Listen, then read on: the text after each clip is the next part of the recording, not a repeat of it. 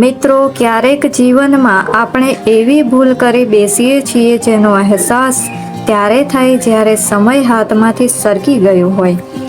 આજે હું તમને એક એવા દીકરાની વાત સંભળાવવા જઈ રહી છું જેણે પોતાની સફળતા અને સુખ માટે પોતાના જ પિતાને વૃદ્ધાશ્રમમાં મૂકી દીધા.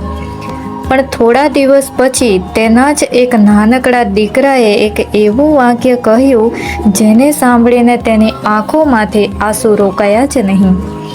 આ વાર્તા માત્ર એક પરિવારની નથી. આ વાર્તા દરેક એવા માણસ માટે છે જેના માતા પિતા આજે પણ તેની ખુશી માટે જીવતા હોય છે. ચાલો શરૂ કરીએ આજની આ હૃદયસ્પર્શી વાર્તા. અમદાવાદ શહેરમાં રમેશભાઈ નામના એક વૃદ્ધ રહેતા હતા. લગભગ ઉંમર તેની 70 વર્ષની હતી. ચહેરા પર કરચલીઓ હતી, પણ આંખોમાં આજે પણ પોતાના દીકરા માટે અપાર પ્રેમ દેખાતો હતો. પત્નીનું થોડા વર્ષ પહેલા અવસાન થયું હતું. હવે તેમની આખી દુનિયા માત્ર એક જ વ્યક્તિ હતી, તેમનો દીકરો મહેશ. મહેશભાઈએ પોતાની આખી જિંદગી મહેનત કરીને મહેશને ભણાવ્યો. દિવસે મજૂરી અને રાત્રે ચોકીદારી. ઘણી વખત પોતે ભૂખ્યા રહીને દીકરાને સારું ભણાવ્યું અને એક જ સપનું હતું કે મારો દીકરો મોટો માણસ બને. સમય પસાર થતો ગયો. મહેશ સારું ભણતર પૂરું કર્યું. મોટી કંપનીમાં તેમને નોકરી મળી. થોડા વર્ષોમાં લગ્ન પણ થઈ ગયા. પત્નીનું નામ હતું નીતા. શરૂઆતમાં બધું સારું ચાલતું હતું, પણ ધીમે ધીમે ઘરની અંદર વાતાવરણ બદલાવા લાગ્યું.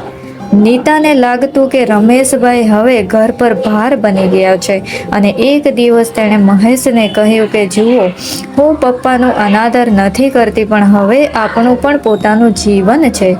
દરેક વાતમાં તેમની સંભાળ રાખવી મુશ્કેલ બને છે. મહેશ ચૂપ રહ્યો, કારણ કે તે જાણતો હતો જે પિતા માટે આજે આ વાત થઈ રહી છે એ જ પિતાએ આખી જિંદગી તેના માટે બધું જ કર્યું. પણ રોજે રોજ એક જ વાત અને એક જ ફરિયાદ, એ જ તણાવ. ધીમે ધીમે મહેશનું મન પણ બદલાવા લાગ્યું. એક દિવસ નીતાએ કહ્યું કે આજે શહેરમાં એક બહુ સારું વૃદ્ધાશ્રમ ખુલ્યું છે. ત્યાં ડૉક્ટર પણ છે, મિત્રો પણ મળશે, પપ્પાને ત્યાં વધુ સારું રહેશે. મહેશે આખી રાત સૂઈ નહીં શક્યો. એક બાજુ પિતા, બીજી બાજુ પત્ની અને ઘરની શાંતિ. સવારે જ્યારે તેણે પોતાના પિતાની સામે જોયું ત્યારે રમેશભાઈ બધું સમજી ગયા. તેમણે માત્ર એટલું જ કહ્યું, બેટા, જો તને લાગે છે કે ત્યાં હું ખુશ રહીશ તો મને કોઈ વાંધો જ નથી. આ શબ્દોમાં કોઈ ફરિયાદ નહોતી, માત્ર ને માત્ર એક પિતાનો પ્રેમ હતો. રમેશભાઈએ પોતાનો નાનો ઠેલો હાથમાં લીધો. તે ઠેલામાં માત્ર 2 જોડી કપડાં, એક જૂનો ફોટો અને ભગવાનની નાની મૂર્તિ હતી. ઘર છોડતા પહેલા તેમણે એકવાર આખા ઘરને પ્રેમથી જોયું. આ ઘર માત્ર ઈંટ અને સિમેન્ટનું નહોતું. આ ઘરનો એક એક ખૂણો તેમની મહેનતનો સાક્ષી હતો. જ્યાં દીકરાએ પ્રથમ પગલું ભર્યું ત્યાં પહેલીવાર પપ્પા કહીને બોલાવ્યો હતો. આજે એ જ ઘર છોડવાનો સમય આવી ગયો. મહેશે કારનો દરવાજો ખોલ્યો. રસ્તા દરમિયાન બંનેમાંથી કોઈ એક શબ્દ બોલ્યું જ નહીં, માત્ર કારમાં એક જ અજીબ શાંતિ. થોડીવાર પછી મહેશભાઈએ ધીમેથી પૂછ્યું કે બેટા, ઓફિસમાં બધું સારું ચાલે છે ને? મહેશે માત્ર હા કહ્યું અને ફરી શાંતિ છવાઈ ગઈ. થોડા સમય પછી વૃદ્ધાશ્રમ આવી ગયું. ત્યાં ઘણા વૃદ્ધો બહાર બેઠા હતા. કોઈ પોતાના સંતાનોની રાહ જોઈ રહ્યું હતું તો કોઈ ભગવાનનું નામ લઈ રહ્યું હતું. મહેશ ઓફિસમાં જરૂરી કાર્યવાહી કરવા ગયો. રમેશભાઈ એક ખુરશી પર શાંતિથી બેઠા. તેમની નજર દરવાજા પર જ હતી. કદાચ તેમને હજુ પણ આશા હતી કે દીકરો કહેશે કે પપ્પા ચાલો ઘરે જઈએ, પણ એવું કંઈ થયું જ નહીં. બધી પ્રક્રિયા પૂરી થઈ ગઈ. જવાનો સમય આવ્યો. મહેશે પિતાના પગે લાગ્યો. રમેશભાઈએ તેના માથા પર હાથ ફેરવ્યો અને કહ્યું, ખુશ રહેજે બેટા, અને ઘરમાં ક્યારેય ઝઘડો નહીં થવા દેજે. એક પિતા પોતાનું દુઃખ ભૂલીને પણ દીકરાના સુખ માટે જ પ્રાર્થના કરી રહ્યા હતા. મહેશ કંઈ બોલી શક્યો નહીં. તે કારમાં બેઠો અને ત્યાંથી નીકળી ગયો. રમેશભાઈ દૂર સુધી કારને જોતા રહ્યા, જ્યાં સુધી કાર આંખોની ઓઝલ ન થઈ ગઈ. ઘરે પાછા આવ્યા પછી બધું સામાન્ય લાગતું હતું, પણ મહેશના મનમાં કંઈક ખાલીપણું હતું. રાત્રે જમવા બેઠો પણ એક કોળિયો પણ ગળેથી ઉતર્યો નહીં. એવામાં તેનો 7 વર્ષનો દીકરો આરવ દોડતો આવ્યો. તેના હાથમાં એક ડ્રોઈંગ બુક હતી. ખૂબ ખુશ થઈને બોલ્યો, પપ્પા, આજે મેં સ્કૂલમાં ફેમિલીનું ચિત્ર બનાવ્યું, તમે જોશો? મહેશે સ્મિત સાથે બુક હાથમાં લીધી. ચિત્રમાં ઓનલી મમ્મી હતા, પપ્પા હતા અને આરવ હતો, પણ દાદા ક્યાંય દેખાયા જ નહોતા. મહેશે પૂછ્યું, બેટા, દાદા ક્યાં છે? આરવે ખૂબ જ નિર્દોષતાથી એમને જવાબ આપ્યો કે દાદા તો હવે વૃદ્ધાશ્રમમાં રહે છે ને પપ્પા, એટલે મેં તેમને ત્યાં દોર્યા છે. મહેશ ચૂપ થઈ ગયો, પણ જે આગળ થયું ને એણે તેની આખી દુનિયા હલાવી નાખી. આરવે ફરીથી કહ્યું કે પપ્પા, તમે ચિંતા નહીં કરશો. જ્યારે તમે દાદા જેટલા મોટા થઈ જશો ને ત્યારે હું પણ તમને એ જ વૃદ્ધાશ્રમમાં મૂકી આવીશ, કારણ કે કદાચ એ જ સાચું હોય ને. આ શબ્દો સાંભળીને મહેશના હાથમાંથી ડ્રોઈંગ બુક નીચે પડી ગઈ. તેની આંખોમાંથી આંસુ વહી નીકળ્યા અને પ્રથમ વખત તેને પોતાની સૌથી મોટી ભૂલનો અહેસાસ થયો. અને આવી રીતે આખી રાત મહેશને ઊંઘ જ નહીં આવી. આરવના શબ્દો તેના કાનમાં વારંવાર ગુંજી રહ્યા હતા. અને જ્યારે તમે મોટા થશો ત્યારે હું પણ તમને વૃદ્ધાશ્રમમાં મૂકી આવીશ. તે વિચારી રહ્યો હતો કે હું મારા દીકરાને કયા સંસ્કાર આપી રહ્યો છું. તે જે કરી રહ્યો હતો એ જ તો તેનો દીકરો શીખી રહ્યો હતો. અને સવારે સૂરજ ઉગે એ પહેલાં જ મહેશ ઊભો થઈ ગયો. તે કોઈને કંઈ કહ્યા વગર કાર લઈને સીધો વૃદ્ધાશ્રમ તરફ નીકળી ગયો. રસ્તામાં તેની આંખો સામે બાળપણના દ્રશ્યો આવવા લાગ્યા.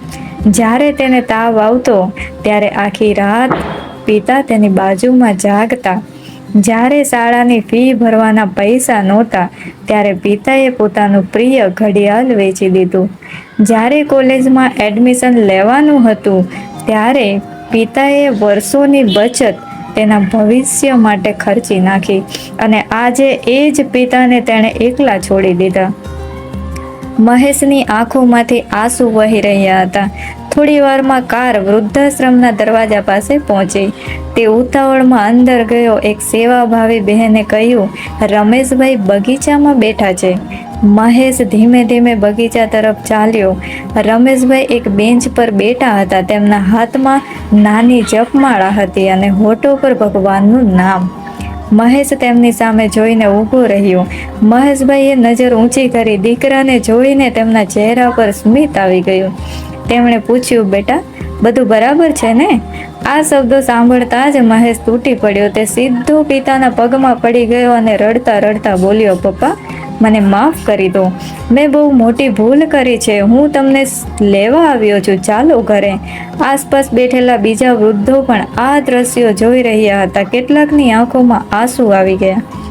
રમેશભાઈએ મહેશને ઊભો કર્યો. તેમણે તેના આંસુ લૂછ્યા અને હસીને કહ્યું, બેટા, પિતા પોતાના સંતાનથી ક્યારેય નારાજ નથી થતા. તું આવી ગયો છે એ જ મારા માટે સૌથી મોટું સુખ છે.